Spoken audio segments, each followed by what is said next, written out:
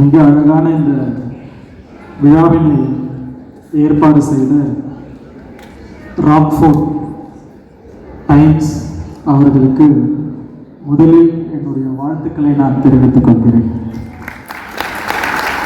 இந்த மேடையில் வீட்டிற்கும் அனைத்து எல்லாருமே அவர்களுடைய துறையில் சிறந்து விளங்குபவர்கள், அவர்களுக்கும் என்னுடைய இனிய காலை வணக்கத்தையும் வாழ்த்துக்களையும் நான் தெரிவித்துக் கொள்கிறேன். இந்த நிகழ்ச்சிக்கு வந்திருக்கக்கூடிய மாணவ மாணவிகள் காட்டிலும் அவர்களுடைய பெற்றோர்கள் கண்களில் நிறைய எதிர்பார்ப்புகளை என்னால் பார்க்க முடிகிறது. என்னுடைய பிள்ளைகளின் வளர்ச்சிக்காக அடுத்து என்னுடைய பிள்ளை என்னவாக போகிறாங்க அப்படிங்கிறத அவர்களுடைய பெற்றோர்கள் கண்களில் என்னால் பார்க்க முடிகிறது. இது ஒரு வெற்றி விழா. 428 மாணவர்களுக்கு திருச்சி மாவட்டத்தில் உள்ள 10th and 12th படித்த மாணவ மாணவிகளுக்கு அவர்கள் ஒரு சின்ன ஒரு மோட்டிவேஷன் கொடுக்கறதுக்காக இது போன்ற ஒரு விழாக்களை ஏற்பாடு செய்வது வழக்கம். கண்டினியூஸாக லாஸ்ட் இயரும் ராக்ஃபோர்ட் டைம்ஸ் கூப்பிட்டுருந்தாங்க. இது ஒரு சில காரணத்தினால என்னால் வர முடியல. இந்த வாட்டி நிச்சயம் மாணவர்களை சந்திப்பதற்காக நான் வர வேண்டும் என்பதற்காக, உங்களை சந்திப்பதற்காக, உங்களிடம் உரையாடுவதற்காக நான் வருகை புரிந்திருக்கிறேன்.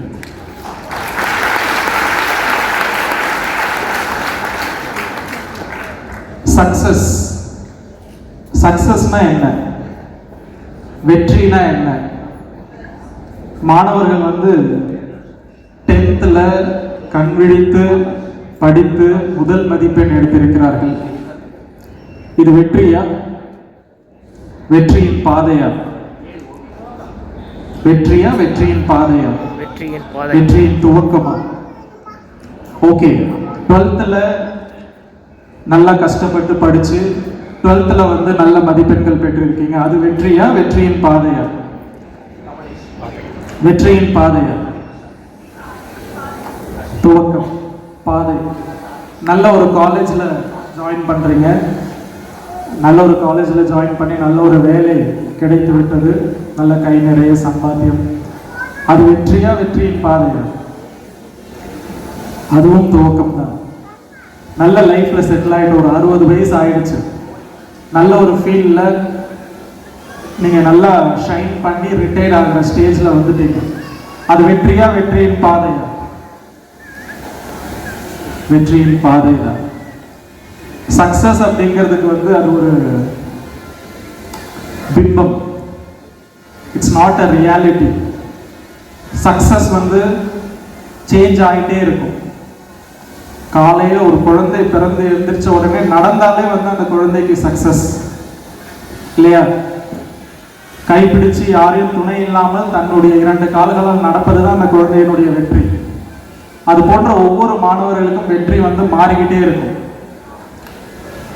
நான் 12வது முடிக்கும் பொழுது காரைக்காலில் ஒரு இன்ஸ்டிடியூட் இருக்கு, சென்ட்ரல் லெதர் ரிசர்ச் இன்ஸ்டிடியூட் அப்படின்னு சொல்லிட்டு. அங்கே இன்டர்வியூக்கு நான் போகிறேன். ரிட்டன் எக்ஸாமினேஷன் முடிச்சுட்டு இன்டர்வியூக்கு போகும்பொழுது நான் செலக்ட் ஆகலை. ஒரு 0.5 மார்க்ஸில் நான் செலக்ட் ஆகலை. வீட்டில் ஒரே அழுக. ரொம்ப எதிர்பார்த்துட்டு இருந்த அந்த ஒரு இன்டர்வியூ கிடைக்கல, செலக்ட் ஆக முடியல அப்படின்னு சொல்லிட்டேன். ஏன்னா அந்த இன்ஸ்டியூட்டில் படிக்கணும்னு எனக்கு ரொம்ப ஆசை. செக்ரி கிடைக்கலையே அப்படின்னு சொல்லிட்டு வருத்தம். ஸோ அப்பொழுது என்னுடைய தந்தையார் கூப்பிட்டு எதற்காக கவலைப்படுற அப்படின்னு கேட்டார். இல்லை, அந்த இன்ஸ்டியூட்டில் கிடைச்சிருந்ததுன்னா நான் நல்லா படிச்சிருப்பேன்.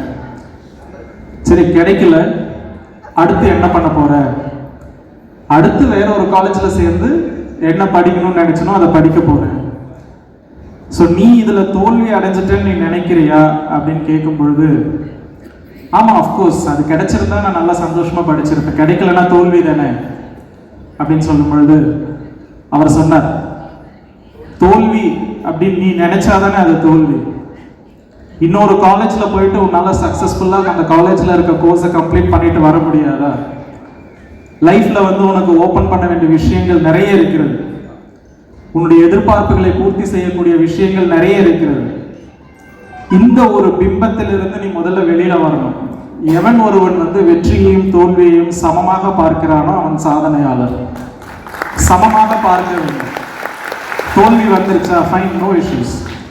ஒரு டேர்ம் சொல்லுவாங்க, பெர்செப்ஷன் ஆஃப் ரியாலிட்டி அப்படின்னு சொல்லிட்டு. நீங்கள் எதெல்லாம் நிஜம் என்று நினைத்து கொண்டிருக்கிறீங்களோ அது நிஜம் கிடையாது. ஏன் அப்படின்னா ஒட்டுமொத்தமா எல்லாரும் சேர்ந்து அது நிஜம் என்று நம்புவதனால தான் அது நிஜம். புரியறது கொஞ்சம் கஷ்டமா இருக்கா? அதுதான் பெர்செப்ஷன் ஆஃப் ரியாலிட்டி அப்படின்னு சொல்லுவாங்க. ஒரு 100 ரூபாய் தாள் இருக்குன்னு வச்சுக்கோங்க. அந்த 100 ரூபாய் தாள் வந்து பேப்பரா பணமா? அது பேப்பர் எப்போ பணமாச்சு? ஒட்டுமொத்த பேரும் வந்து அது பணம் என்று நம்புவதனால் அது பணமாச்சு. ஆர்பிஐ கவர்னர் கையெழுத்து போட்டு கொடுத்ததால் அது வந்து பணமாச்சு.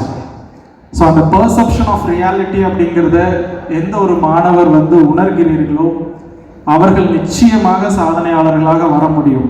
என்ன இதுல இருந்து எடுத்துட்டு போகணும், என்னுடைய லைஃப்ல நான் ஜெயிக்கிறதுக்கு என்ன எடுத்துட்டு போகணும் அப்படின்னா, வெற்றியையும் தோல்விகளையும் சமமாக பாருங்கள். கண்டினியூஸா எல்லா முயற்சியிலும் வெற்றி பெற்றவர்கள் இந்த உலகில் ஒருவர் கூட கிடையாது.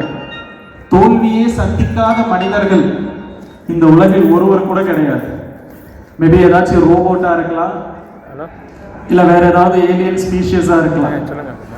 தோல்விகள் எதற்காக பயன்படுகிறது அப்படிங்கறத தெரிஞ்சுக்கணும். இங்க இருக்கக்கூடிய பேரண்ட்ஸ் எல்லாருமே வந்து தன்னுடைய பிள்ளைகள் சொபிஸ்டிகேட்டடா